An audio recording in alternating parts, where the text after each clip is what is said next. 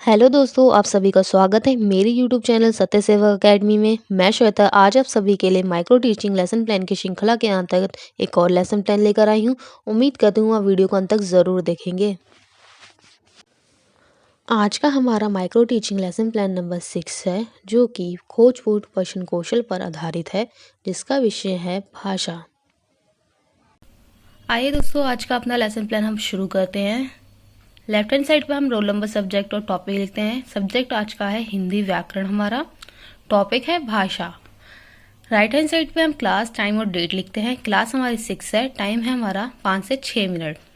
आज का जो लेसन प्लान है वो खोजपूर्ण प्रश्न कौशल के अंतर्गत निर्धारित है। सबसे ऊपर हम वही लिखते हैं।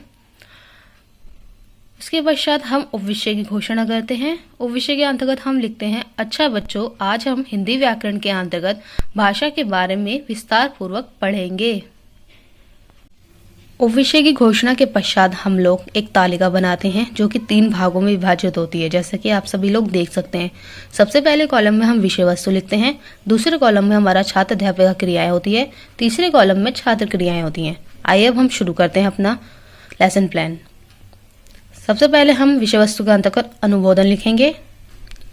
इसके पश्चात हम छात्र अध्यापिका जो है छात्रों से प्रश्न पूछती है, भाषा किसे कहते हैं।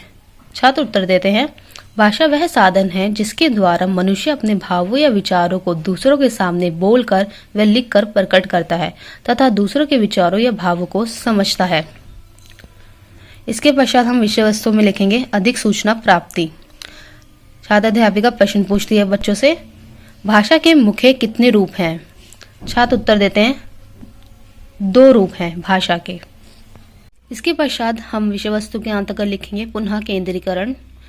छात्र अध्यापिका बच्चों से प्रश्न पूछती है, भाषा का मौखिक रूप कौन सा है। छात्र उत्तर देते हैं, भाषा का ऐसा रूप जिसमें बोलकर मन के भाव प्रकट किए जाते हैं तथा सुनकर मन के भाव समझे जाते हैं। फिर हम विषय वस्तु के अंतर्गत लिखते हैं पुनः निर्देशन। छात्र अध्यापिका प्रश्न पूछती है, भाषा का लिखित रूप कौन सा है। छात्र उत्तर देते हैं, भाषा का ऐसा रूप जिसमें लिखकर मन के भाव प्रकट किए जाते हैं तथा पढ़कर मन के भाव समझे जाते हैं। फिर हम विषय वस्तु के अंतर्गत लिखेंगे अधिक सूचना की प्राप्ति। छात्र अध्यापिका प्रश्न पूछती है, भाषा का लिखित रूप महत्वपूर्ण क्यों है। छात्र उत्तर देते हैं, लिखित रूप भाषा को स्थायी रूप देता है, ज्ञान विज्ञान को अगली पीढ़ी के लिए सुरक्षित रखता है। इस आखिरी प्रश्न के पश्चात हमारी ये तालिका यहीं समाप्त होती है। इसके पश्चात हम अंतिम कथन की घोषणा करेंगे, जो कि इस प्रकार है। अंतिम कथन के अंतर्गत हम लिखते हैं, अच्छा बच्चों, आज हमने हिंदी व्याकरण के अंतर्गत भाषा विषय को पढ़ा। अंतिम कथन लिखने के पश्चात हम एक निरीक्षण तालिका बनाएंगे, जो कि इस प्रकार दिखती है, जैसा कि आप सभी लोग देख सकते हैं। निरीक्षण तालिका के अंतर्गत हम घटक और रेटिंग स्केल लिखते हैं। घटक के अंतर्गत हमारे 5 घटक आएंगे और रेटिंग स्केल हमारा जो है 5 भागों में विभाजित होगा।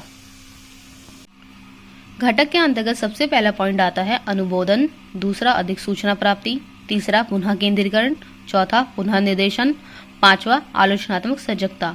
रेटिंग स्केल के अंतर्गत हम 6 भागों में विभाजित करते हैं रेटिंग स्केल को। सबसे पहला आएगा वेरी पुअर, दूसरा पुअर, तीसरा एवरेज, चौथा गुड, 5वां वेरी गुड, छठा एक्सीलेंट। इसी के साथ हमारा आज का लेसन प्लान समाप्त होता है। उम्मीद करती हूँ आप सभी को आज की वीडियो अच्छी लगी हो। Thank you for watching this video. Please like and subscribe my channel.